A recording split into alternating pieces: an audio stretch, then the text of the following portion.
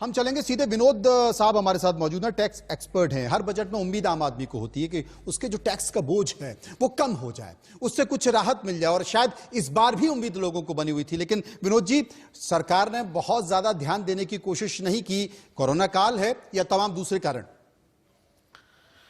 देखिए, ऐसा है, ऐसा नहीं कि सरकार ने कोशिश नहीं की। सबसे बड़ी कोशिश तो यही है कि कोई और टैक्स नहीं लगाया, क्योंकि जो कोरोना काल की हालत दिखाई दे रही थी उसके अंदर बहुत डर इस बात का था कि कोई कोरोना के नाम पे कोई सेस ना लग जाए, क्योंकि यहां जो सेस लग जाता है वो वापस नहीं जाता है। अभी तक हमारा एक्सपीरियंस ये रहा है, एजुकेशन सेस आज तक चल रहा है।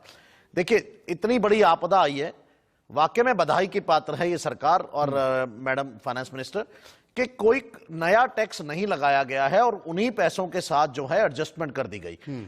देखिए, ये बजट खर्चे का बजट है। सरकारें खर्चे का बजट बनाती हैं, कमाई का नहीं बनाती हैं। खर्चा करना है आपको, 137% आप हेल्थ के ऊपर 2 लाख करोड़ खर्च करने जा रहे हैं, इंफ्रास्ट्रक्चर पर खर्च कर रहे हैं। हम सब ये तो कह रहे हैं कि खर्चा हो, यहां कम मिला और यहां कम मिला, लेकिन वो पैसा आएगा कहां से? पैसा आने के लिए तो टैक्सेस थे। सरकार का रेवेन्यू तो टैक्सेस है या बोरोइंग है, या तो उधार लेगी। 20% पैसा आपका ब्याज में चला जाता है, जो भी हम लेते हैं। डिसइन्वेस्टमेंट एक अलग एस्पेक्ट है कि वहां से पैसा लिया जाए। सरकार के साथ सबसे बड़ी समस्या यह थी कि पैसा लाया कहां से जाए। पैसा आने की हालत नहीं है, लोगों के पास नहीं है।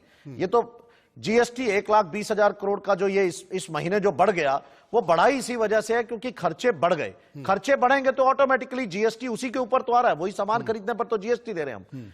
देखिए, जहां तक बात है कि मिडिल क्लास को नहीं मिला, मिडिल क्लास को इस बार का बजट जो है एक एक्स्ट्रा ऑर्डिनरी सिचुएशंस में एक्सेप्ट करना चाहिए कि आपकी जेब से पैसा निकाला नहीं गया और जो था उसी से गुजारा कर दिया गया, क्योंकि नौकरियां हैं नहीं। सरकार इस बात को समझ रही थी कि जॉब्स चली गई हैं और जॉब जाने की वजह से लोग त्राहिमाम में हैं, बहुत बुरी हालत में हैं। मेडिकल एक्सपेंडिचर उनका बढ़ा है पिछले पूरे साल में, तो इस वजह से ये सारी दिक्कत है। तो मेरा ख्याल है मिडिल क्लास को, जिसमें मैं भी आता हूं, हम लोगों को सिर्फ इस तसल्ली के साथ जीना होगा कि ये साल को हम एक बार छोड़ दें, सरकार को एक मौका हमें देना पड़ेगा। ये एक्सेप्शनल ईयर है, ये नॉर्मल ईयर नहीं देना पड़ेगा। विनोद जी, मैं आपसे पूछना चाहता हूं, क्योंकि सरकार ने कृषि को करीब 1 लाख करोड़ रुपए का बजट रखा है, इसके साथ साथ रेलवे का भी बजट इसी के आसपास रखा है, स्वास्थ्य को लेकर 2 लाख करोड़ का बजट रखा है। इन सबके बीच तमाम ऐसी योजनाएं हैं, चाहे वो फूड सिक्योरिटी को लेकर हो, मनरेगा को लेकर हो, सामाजिक सरोकार की तमाम योजना है जिसको लेकर पैसा राज्यों के पास जाता है और राज्य फिर अपने हिसाब से उनमें बांटता भी है। इन तमाम स्कीम्स में पैसा काटने की कोशिश नहीं की गई है। इनके बावजूद भी शेयर बाजार वो एक तरह से बजट के बाद झूम गया, शेयर बाजार में वो खुशी देखी गई। तो क्या माने कि आने वाला कल बेहतर हो सकता है? बिल्कुल आप ठीक कह रहे हैं सर, आने वाला कल वाकई में बेहतर होगा। ये उम्मीदों का बजट था, आप ही के यहां टैगलाइन सुबह से चल रही थी और मुझे लगता है उसी उम्मीदों के ऊपर हम चले हैं। देखिए, हम चर्चा ये नहीं कर रहे हैं कि आज के बजट में क्या कम है, हम चर्चा ये कर रहे हैं कि कुछ और हो सकता था। तो हम ये तो कहीं ना कहीं मान ही रहे हैं कि बजट जो है कुछ ना कुछ ऐसा आगे बढ़ने का बजट है, कहीं पीछे जाने का नहीं है। जबकि डर इस बात का था कि इस पैंडेमिक, जितना बड़ा ये पैंडेमिक था, इसमें आसान नहीं था।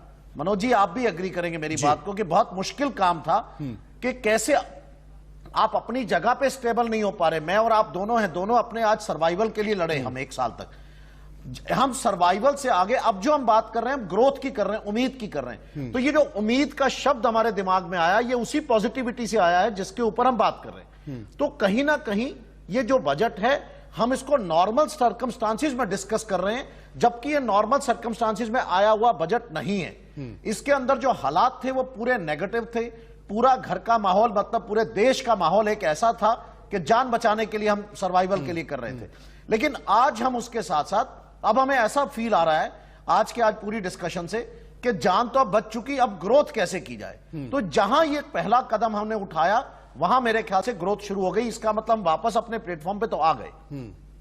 अर्थशास्त्र यही कहता है कि जब आप किसी गड्ढे में गिर जाते हैं, मतलब आप नीचे चले गए, आपकी इकोनॉमी माइनस में चली गई, -9.5% की फिस्कल डेफिसिट से आपको वापस आना है, तो वापस आने के लिए आपको अंदाजा लगाइए, ज्यादा ताकत लगानी पड़ती है हमेशा गड्ढे से बाहर आने के लिए।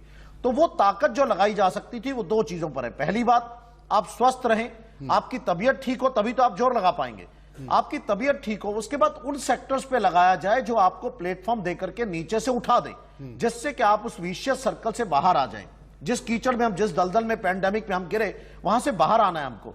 उसके लिए हमको पैसा लगाना पड़ेगा कैपिटल एक्सपेंडिचर में। वैभव जी की बात के साथ पूरी तरह सहमत हूं, वो भी अर्थशास्त्री हैं और मैं भी अर्थशास्त्र को समझता हूं कि कहीं ना कहीं जब आप कैपिटल एक्सपेंडिचर में पैसा लगाएंगे, वहीं से रोजगार पैदा होंगे, वहीं से वो पैसा आपके बाजार में घूमेगा और वही पैसा घूम करके वापस जीएसटी की शेप में, वापस इनकम टैक्स की शेप में सरकारों के पास आएगा और ये फिर कल्याणकारी योजनाओं में खर्च होगा।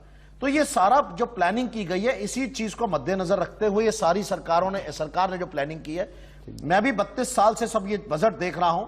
ये बजटों के अंदर मैंने, सच मानिएगा, मैं इस उम्मीद के साथ सुबह नहीं बैठा था, मुझे पूरा पता था कहीं ना कहीं टैक्सेस लगेंगे और शेयर बाजार ऊपर जाने की बात तो छोड़िए, हम उस पे थे कि फ्लैट भी रहेगा। लेकिन ठीक इसके उल्टा हुआ, ठीक इसके उल्टा हुआ, कुछ और नजर